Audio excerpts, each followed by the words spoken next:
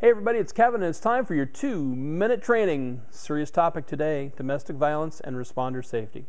Domestic violence and responder safety. Now, I was just reading a 6-year study that happened from 2014 to current, and amazingly, more officer-involved shootings happened outside of the domestic violence house as opposed to inside the domestic violence house. In most cases, it was when the officer was approaching the location of the DV, whether it was an apartment or a triplex or whatever it might be. More often than not, it was a rifle, not a handgun.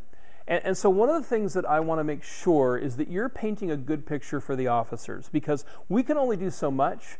But they have to be mindful of, yes, this person's on parole, yes, they have a weapons permit, yes, they've had a problem with officers in the past, and any one of those three could be true, or maybe in some cases, 2 of the 3 things is true. But the more that officers know, the more that they're making decisions en route. You talk to any police officer and say, hey, what are you doing with that data that I'm giving you? They said, we're formulating a plan. Maybe they're going to wait for their cover unit. Maybe they're not going to walk right up the front pathway. Maybe they're going to take a different approach to the home. Maybe they're going to try to take a look inside a window before they go around to the front patio or porch. So understand that there's no such thing as a routine domestic violence call. They are all absolutely individual, just like every human is.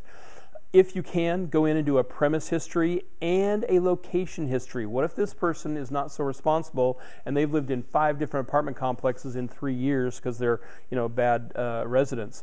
Well, you may not have an address history for them, but you will have a person history, meaning look up their name and DOB and see if they're on parole or probation in a neighboring city or county. And just so you have some numbers behind you, of the officers that were killed in the line of duty, 45% of them were actually warned by dispatch that there was something going on at the house that they should be mindful of. Weapons, parole, probation, anger towards responders. But that means in 55% they weren't warned.